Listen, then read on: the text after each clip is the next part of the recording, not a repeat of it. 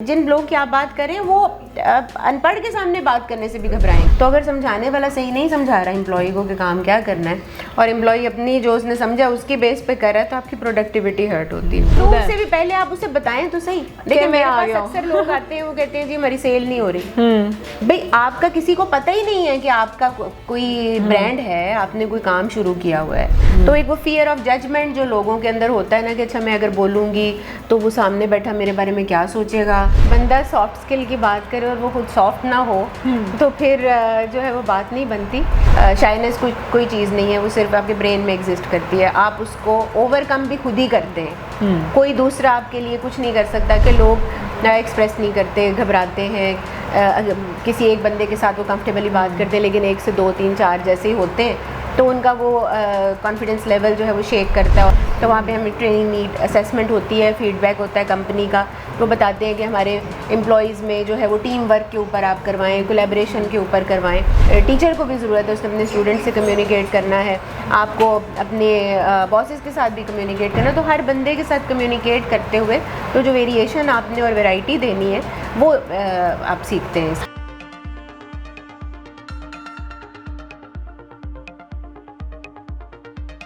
अस्सलाम वालेकुम व्यूअर्स, आप देख रहे हैं पाकिस्तान ऑन एयर और मैं हूं आपकी होस्ट अनहर मोइन। और आज मैं मौजूद हूं उस्मा कमाल साहिबा के साथ जो अपने नाम की तरह ही कमाल हैं और ये कॉर्पोरेट इंस्ट्रक्टर हैं और इसके अलावा काफ़ी कुछ कर रही हैं। तो इनका जो कंप्लीट इंट्रोडक्शन है मैं चाहूँगी ये खुद करवाएं। अस्सलाम वालेकुम मैम। वालेकुम अस्सलाम मैम, सबसे पहले थैंक यू सो मच, आज आपने अपना प्यारा सा टाइम हमें दिया है, लेकिन मैं चाहूँगी कि आप एक ज़बरदस्त सा इंट्रोडक्शन जो है हमारे व्यूवर्स को अपना करवाएँ।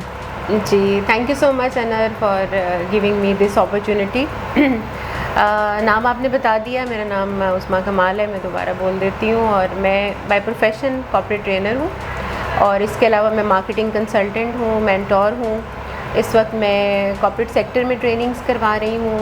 मेरा जो एरिया है मेनली वो सॉफ्ट स्किल्स है, कम्युनिकेशन है और कॉर्पोरेट यानी इंडस्ट्री के साथ साथ मैं एकेडेमिया में कुछ यूनिवर्सिटीज़ के साथ भी कम्युनिकेशन के ऊपर और सॉफ्ट स्किल्स के ऊपर वर्कशॉप्स कंडक्ट करवा रही हूँ। अच्छा मैम, आपके साथ जब भी टाइम स्पेंड हुआ है या जब भी हमने देखा है आपको डिफरेंट जगहों पे ट्रेन करते हुए सब चीज़ों को, तो एक बड़ा ही, सबसे पहले तो मैं ये कहूँगी कि बड़ा एक पॉजिटिव वाइब इफेक्ट आता है। ठीक है, ये एक बड़ी ज़रूरत होती है कि जब आप इंस्ट्रक्टर या ट्रेनर के साथ हों तो बाज़ दफ़ा आप बड़ी हार्श बिहेवियर वाले लोगों को भी देखते हैं, लेकिन एक पॉजिटिव वाइब के साथ जब कोई काम कर रहा होता है तो वो एक बड़ा ही खूबसूरत सा इफेक्ट साथ अटैच्ड हो जाता है। अच्छा, यहाँ पे हम बात करने जा रहे हैं आज सॉफ्ट स्किल्स की और कम्युनिकेशंस की। जो मैंने मैम का ये ना स्पेशली बातें सुनी और मैंने कहा कि हमें ये डिस्कस करनी चाहिए क्योंकि ये माशरे का एक बहुत ही स्पेशल किस्म का इशू है।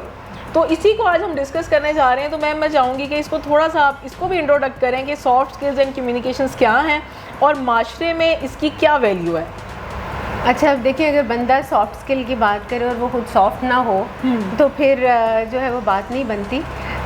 ये बड़ा जी इंटरेस्टिंग टॉपिक है और मेरा ख्याल है कि इसकी बहुत ज़रूरत है क्योंकि सॉफ्ट स्किल्स, एक तो मैं बता दूं आपको कि सॉफ्ट स्किल्स वो स्किल्स होती हैं जो हमें काम करने के काबिल, लोगों में उठने बैठने के, अपने कोलीग्स के साथ, अपने पीयर्स के साथ, अपनी ऑर्गेनाइजेशन में और इवन अपनी फैमिली में, क्योंकि इंसान जो है सराउंडेड बाय रिलेशन, उसके रिलेशन है पर्सनल प्रोफेशनल, और इन रिलेशनशिप्स के साथ किस तरह चलना है और किस तरह इनके साथ डील करना है, इसको सॉफ्ट स्किल्स को ह्यूमन स्किल्स भी बोलते हैं।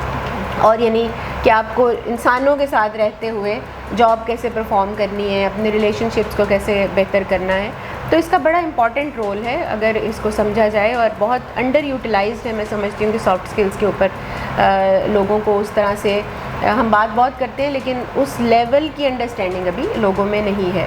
तो ये एक चैलेंज आता है कि इसको सीखने की, क्योंकि स्किल्स होती वो है जो आप सीख सकते हो। तो सॉफ्ट स्किल में आपकी बेशुमार स्किल्स हैं। फिर स्किल्स के अंदर जो है वो मज़ीद स्किल्स हैं, जैसे आपकी कम्युनिकेशन है तो इसके अंदर एक एक्टिव लिसनिंग का कंपोनेंट है और एक्टिव लिसनिंग खुद भी एक स्किल है। एम्पैथी है, एम्पैथी खुद भी एक स्किल है और आपकी ये दूसरी कम्युनिकेशन की स्किल को, इमोशनल इंटेलिजेंस की स्किल को इन्हेंस करने में हेल्प करती है। तो ये एक बड़ा बहुत वसी सब्जेक्ट है।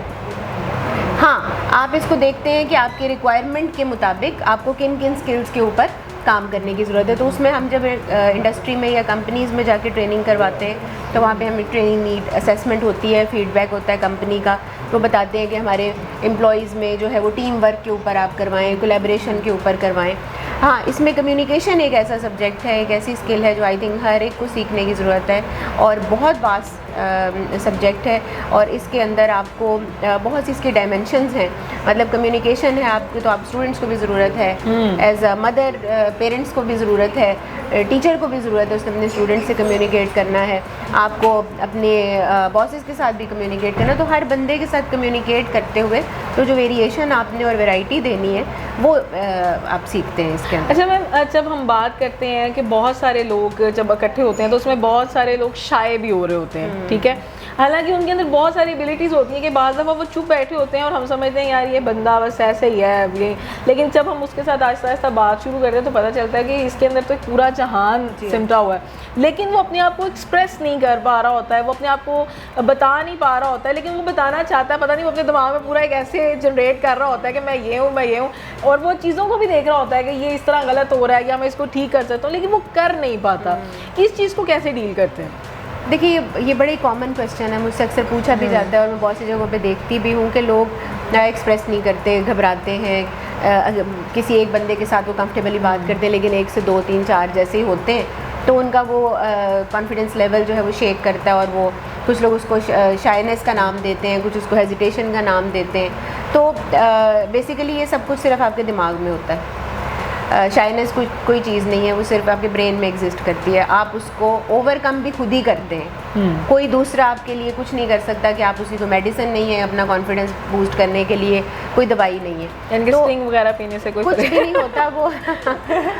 तो उसमें ज़रूरी ये है कि आप पहले तो, और आप ये देखें कि अगर आप कितने भी नॉलेजेबल हैं, कितने भी आप अकम्प्लिश्ड हैं, लेकिन अगर आप अपना वो नॉलेज किसी को कम्युनिकेट नहीं कर पाते, अपना पॉइंट ऑफ व्यू बता नहीं पाते, तो आप कभी इफ़ेक्टिव नहीं हो सकते।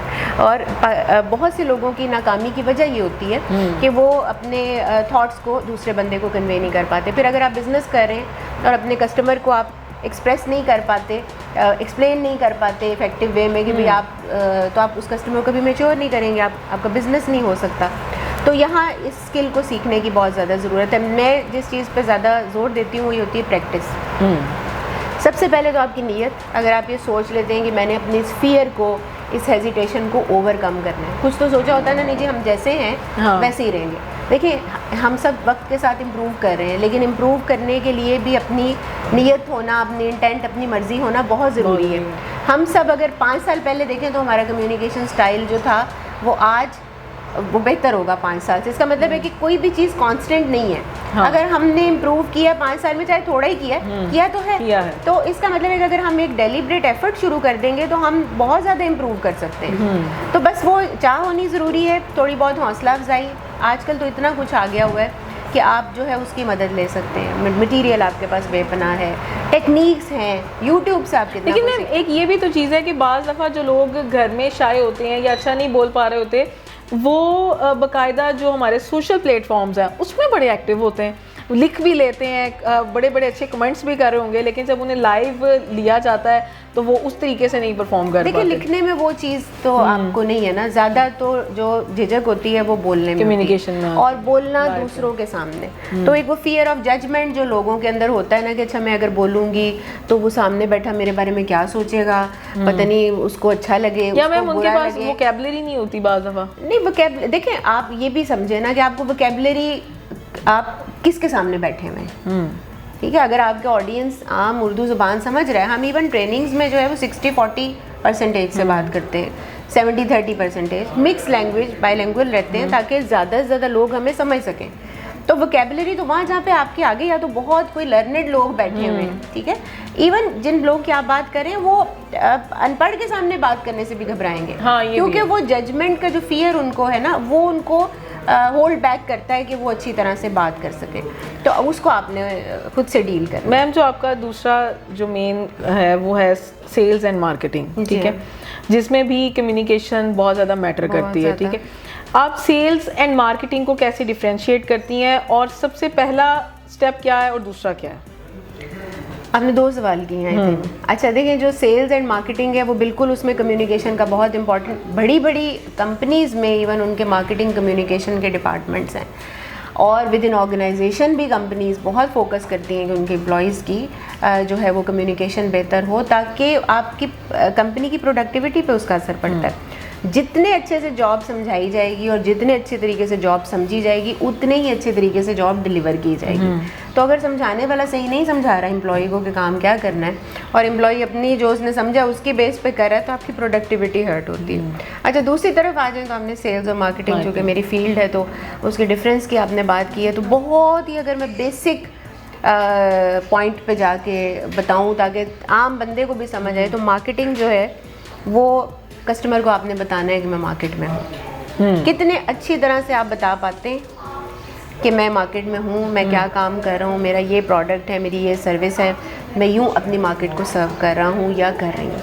तो कस्टमर को बताने का नाम मार्केटिंग है। यानी पहले आपने उस कस्टमर के पास, यानी कि अपने आप को प्रूव करें कि हम मार्केट में मौजूद हैं। से भी पहले आप उसे बताएं तो सही। देखिए मेरे पास अक्सर लोग आते हैं, वो कहते हैं जी हमारी सेल नहीं हो रही।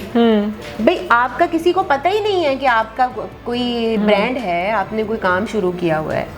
इवन रिटेल स्टोर भी चंद दिन बैनर्स लगाते हैं, फ्लायर्स फिकवाते हैं कि इर्द गिर्द के इलाके में ये खबर चली जाए, ठीक है। अब जैसे ऑनलाइन बिजनेसेस हैं, तो ऑनलाइन तो बेशुमार बिजनेसेस हैं, तो आप कस्टमर तक जब तक रीच आउट नहीं करेंगे इन अ कंपेलिंग वे, अब रीच आउट करने का मकसद ये भी नहीं है कि आप एक इंतहाई बुरी फॉर्म में इसको बता रहे हैं मैं हूँ। आपको अपने आप को अपीलिंग बना के प्रेजेंट करना है कि वो अट्रैक्ट हो, आपके प्रोडक्ट एंड सर्विसेज उसको किस तरह से उसकी ज़रूरत को पूरा करें वो बताना है। वो अर्ज, वो इंटरेस्ट जब आपके कस्टमर में पैदा होता है, तो वही पहला स्टेप होता है आपकी सेल्स की तरफ। अच्छा, ये एक इतना वसी टॉपिक है कि जिसको तो हम जितना वास्टली डिस्कस करते जाएंगे बढ़ता जाएगा। थोड़ा सा इसको समअप की तरफ लेके आते हैं। और जैसे कि आपने बताया कि आप बहुत एकेडमिकली जो है वो स्टूडेंट्स को भी काउंसिल करती हैं। मैं चाहूँगी कि एक लास्ट क्वेश्चन मेरा यही है कि उनको अपना जो थ्योरी से निकल के जो प्रैक्टिकल लाइफ की तरफ आते हैं, तो वो फर्स्ट स्टेप क्या करें कि जिससे उन्हें लगे कि वो मार्केट में फेल नहीं होंगे। जी बिल्कुल, उसके ऊपर मैं कुछ लीडिंग यूनिवर्सिटीज़ में वर्कशॉप्स करवा रही हूँ कम्युनिकेशन पे। 1-2 और एजुकेशन के इदारे मेरे साथ हैं, और वहाँ पे मेन मसला यही आ रहा है कि बच्चे जो हैं पढ़े लिखे तो बहुत हैं, काबिल हैं, ग्रेड्स भी बहुत अच्छे आए हुए हैं, लेकिन वो मार्केट में जाके उन्हें नहीं पता कि हमने क्या कहना है। जब किसी ने हमें जॉब के लिए एवेल्यूएट करना है, इंटरव्यू करना है, तो उस इंटरव्यू में हमने क्या कहना है, और कहने के साथ साथ हमने कैसा दिखना है, ठीक है। क्योंकि जो आपका फर्स्ट इम्प्रेशन है और जो आपका साइंटिफिकली प्रूवन है कि 3 to 6 सेकेंड में आपका ब्रेन जो है वो किसी भी इंसान के बारे में एक परसेप्शन बिल्ड कर लेता है, चाहे वो कुछ बोले या ना बोले। इसे हम कहते हैं नॉन वर्बल कम्युनिकेशन।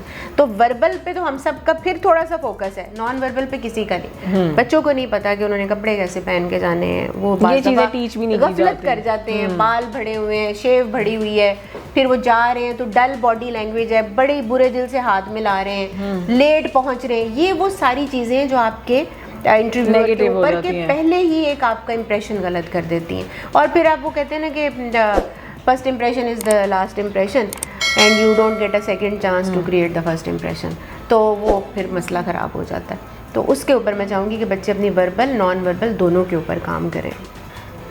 जी व्यूअर्स, तो उम्मीद करती हूँ कि आज का ये session soft skills and communication का आपके लिए बहुत ज़्यादा नॉलेजेबल रहा होगा, और ये वाकई ही बहुत ज़रूरत है बहुत सारी जगहों पे, स्पेशली स्टूडेंट्स को, कि वो किस तरीके से अपनी प्रैक्टिकल लाइफ का फर्स्ट स्टेप जो है, जिसमें वो बहुत ज़्यादा होपलेस हो जाते हैं, बाज़ दफ़ा मुसलसल उन्हें जॉब नहीं मिल रही होती है। तो इस हवाले से मज़ीद सेशंस भी करेंगे हम मैम आपके साथ, बहुत मज़ा आया है। और इसको आप जो आज की है ना, इसको सीरीज़ नंबर 1 समझें, क्योंकि ये चलता रहेगा इंशाल्लाह ताला। देखते रहिए पाकिस्तान ऑन एयर। दीजिए अनहर मोइन को इजाज़त, अल्लाह ने के बाद।